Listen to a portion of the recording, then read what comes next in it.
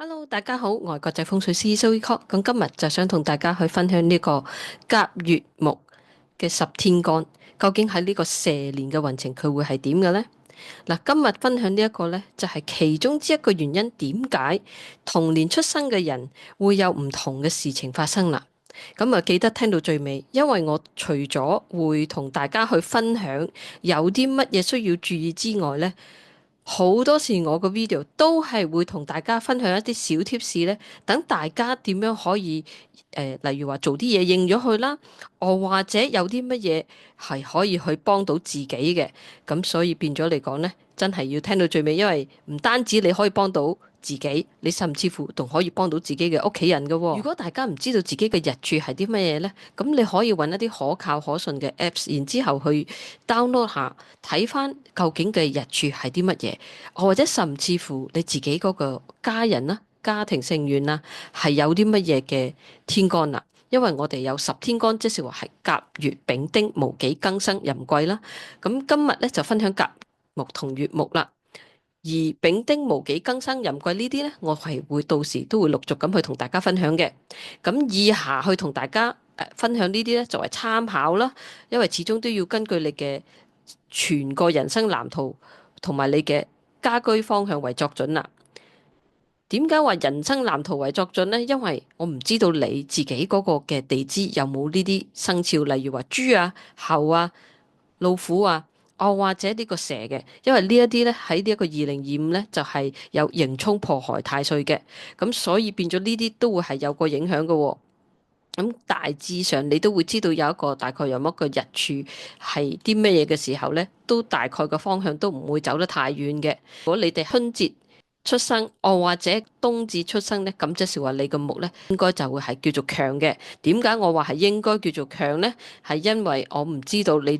哋有冇其他嘢係合咗變成弱嘅，其實都有好多嘢去睇嘅，因為有合啊，會變咗第二個五行嘅。咁呢一個所以變咗嚟講呢，就大概弱木就係話春節同冬至呢，應該上嚟講呢，你個木就係強嘅。而點解屋企家居方向有影響呢？因為如果你有呢啲生肖喺你嘅人生藍圖裏面呢，然之後你仲要係家居方向嗰度呢，出咗事啦，個飛星嗰度啊，或者個座星啊、個底星啊，呢一啲呢係有其他嘅唔好嘅星座喺度呢，咁變咗嚟講都會係有影響嘅喎。咁所以記得聽到最尾，因為我都會同大家分享點樣去可以幫到自己，或者你自己嘅屋企人嘅。甲木咧係陽木啦，就係一棵大樹啦，領導者啦，好義氣啦，亦都好正直嘅。喺呢一個2025年咧，乙巳年大多數都係要使錢嘅。甲木啦係唔係好想做嘢啦，即係覺得好攰，會突然間呢啲就係點解有啲年份你哋會覺得突然間就好似嗰一年就唔係好想做嘢啊，或者嗰一年就特別辛苦，除咗有刑沖破害太歲之外咧，其實呢個天干就係好大影響嘅。即係覺得做嘢做到好攰啦，唔係好想做啊，好想去享受下人生啊，亦都係會同啲朋友比較多聚會啦，去同朋友亦都會係有機會出去飲飲食食啊咁。甲木係義氣噶嘛，咁好多時咧佢都會係做俾錢嗰個嘅，咁所以呢一個大家要留意呢一點啦。如果你哋係夏天或者秋天出世嚟講咧，因為夏天嘅火比較重啦，秋天嘅金就比較重啦，咁夏天火重，咁即係你個木弱嘅時候咧，咁財政嗰度咧就真係要留意，有機會係使大咗嘅。秋天都係嘅，咁所以變咗嚟講就大家留意下錢銀嗰度啦，即係唔好太過義氣，即係好似諗住同成班人出嚟就一定係你俾錢，即係大家都係可以一齊去夾噶嘛。咁而如果有朋友去幫你借錢咧，咁你哋就自己睇下嘅關係係去到邊啦，同埋亦都去睇下自己要量力而為啦，要真係留翻啲錢啦，因為未來打後嗰2、3年咧，個火同個土比較重咧，如果你哋係夏天同呢一個秋天嘅話咧，咁真係要儲好啲錢啦，或者即係計劃下你嗰個財政啦。後邊我都會同大家去講下，究竟你可以點樣去幫助自己助旺翻自己嘅財運嗰度啦。咁而呢一個咧就係乙木啦，佢嗰個嘅生存能力咧就比較強嘅。大家都會睇得到嗰啲蘭藤植物咧，好多時佢哋都會自己會識得去追太陽啦。咁變咗嚟講咧，適應能力啊都係會比較強嘅。咁如果乙木嚟講咧，你就要留意下有冇呢一個豬啦。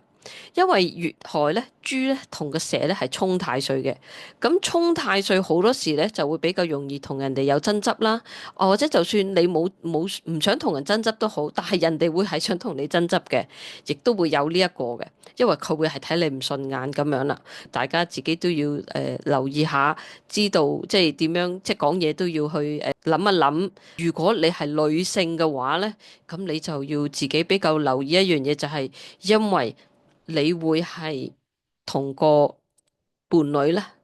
你同個男伴侶咧就有機會咧就會係嘈交嘅，咁所以變咗嚟講咧就自己即係多留意啦嚇，男伴侶又好講緊係老公又好，咁我自己都要多留意啦。出生喺呢一個春天個木又比較重啦，或者呢個冬天嘅水又比較重咧，咁大致上都叫做好少少嘅。咁沖太歲除咗呢一樣嘢之外咧，自己都要唔好。如果你係有個豬月害咧，個豬就記得真係唔好去玩啲危險活動啦，因為沖太歲都會有機會有小意外嘅。咁所以大家就多留意呢一個啦。而喺呢一年咧，你哋就會比較做嘢比較忙碌咯，好多時間就唔係好夠用嘅，咁啊記得真係要休息多啲啦。個2025年咧，你都會係多宴會啦、聚會啦，或者甚至乎有人請飲啊，即係有好多即係出去見朋友嗰啲啦。咁所以呢一個咧，但係你自己做嘢嗰度又比較忙喎，咁呢一個就要自己去盡量去分配下啲時間啦。而如果係夏天或者呢個秋天嘅話咧，咁你都係要留意翻自己嘅財政。黃帝內經嚟講咧，木嘅五行咧就係屬於肝啦、膽啦、眼啦咁。所以如果你哋嘅木係弱嘅話咧，即係秋天、夏天呢啲咧出世嘅話咧，咁你就真係多留意、注意下啲手手腳腳啊，因為手腳亦都係屬木嘅五行。咁而膽啊、肝啊、眼啊呢啲，咁你咪自己多啲去做翻個保護咯。2025年咧個火咁重嘅時候咧，因為木係生火噶嘛，咁變相上嚟講咧，你哋亦都會係有機會係比較好壓力啦。如果尤其是係夏天同秋天出世嗰啲咧，有機會係壓力比較大啦。當你壓力大，你有機會唔係瞓得咁好啊，食又唔係咁好啊，咁呢一個咧亦都會有機會令到你嘅肝就不太好啦。咁所以咧，自己真係去食翻一啲補肝嘅嘢啊，補眼啊，自己盡量都去揾一啲辦法，點樣去 relax 下，即係去平衡翻啦。咁 YouTube 度我都有出咗一個 video 咧，叫做第三步啦，係點樣去幫自己去預測自己嘅運程嘅時候咧，咁裡面咧我都會有講嘅，你哋可以食啲乜嘢嘅五行食物去平衡翻。嗱，冇人出世係平衡嘅，咁所以變咗嚟講，盡量自己都係可以去睇下有啲咩日常食嘅嘢可以去幫助自己，盡量去平衡下啦。而咁手腳呢啲行路就慢啲啦，慢步啦，唔好匆匆忙忙啦。最緊要夠瞓，因為當你一夠瞓嘅時候，其實你嘅肝就冇咁傷啊，而你自己諗嘢會比較清晰嘅。所以大家都不妨入去嗰度睇下，因為呢個除咗唔係淨係得你自己，你都係可以睇到屋企人如果有甲木、乙木，你都係可以，即係如果係家庭主婦嘅，你都係可以煮一啲五行食物去幫助佢哋嘅。如果佢哋係夏天同埋呢個秋天嘅時候咧，咁有機會咧就係有呢個炎症嘅，咁變咗嚟講咧，大家就多留意啦。即係橫掂都要花錢，尤其是甲木啦，又點解唔花得有價值啲咧？例如話你可以去報讀啲嘢啦，等自己可以進修啦，即係自己嘅興趣班又好，喺對你工作上做嘢嗰度又好，自己去 upgrade 下自己。而家呢個世紀其實好多嘢都不停咁進化得好快，咁變咗嚟講，大家都不妨去報讀下啲班，或者甚至乎如果屋企有啲乜嘢嘅家居電器係愛壞唔愛壞，時得時唔得嘅時候咧，不妨都係可以去換咗佢啦。既然亦都係要使錢嘅時候咧，咁點解唔去使喺自己嘅家人身上咧？嚇，大家都係可以即係橫掂都要花嘅時候，買啲好啲嘅嘢食，唔好諗住話啊我儲埋我唔使，係儲錢都係要儲錢嘅。不過橫掂都要使錢嘅時候，點解唔使得有價值啲呢？尤其是去增值自己更加好啦。咁以上呢啲都係講緊話要以你嘅人生藍圖和你嘅家居方向為作準。除咗呢一樣嘢之外呢，咁都大家可以係企喺屋企嘅中間，你去睇翻自己嘅門口係向邊啊，左向邊啊，而去睇翻究竟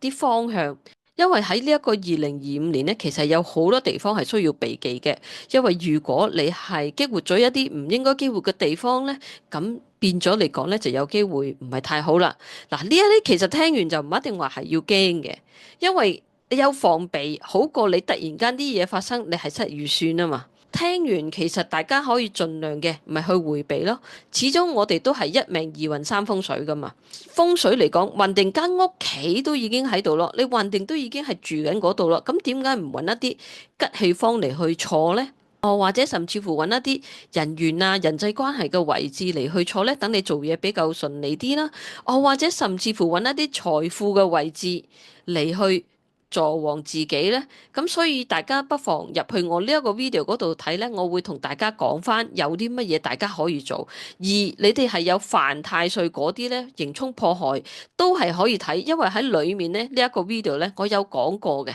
究竟有啲乜嘢大家係可以做呢？去揾邊一個嘅星呢，係可以叫做幫助你去化解嘅太歲嘅。呢一個大家不妨入去揾翻啲位置，然之後去幫助自己，幫助屋企人，因為間屋企真係嗰個氣已經喺度嘅時候，好好地去運用啲吉氣啦，唔好嘅氣嘅位置就盡量好少啲喐動。所以呢個 video 裏邊講咗好多嘅。咁如果大家聽到嚟呢度咧，都未去即係未免費訂閱呢一個 channel 嘅時候咧，咁大家請記得去撳呢個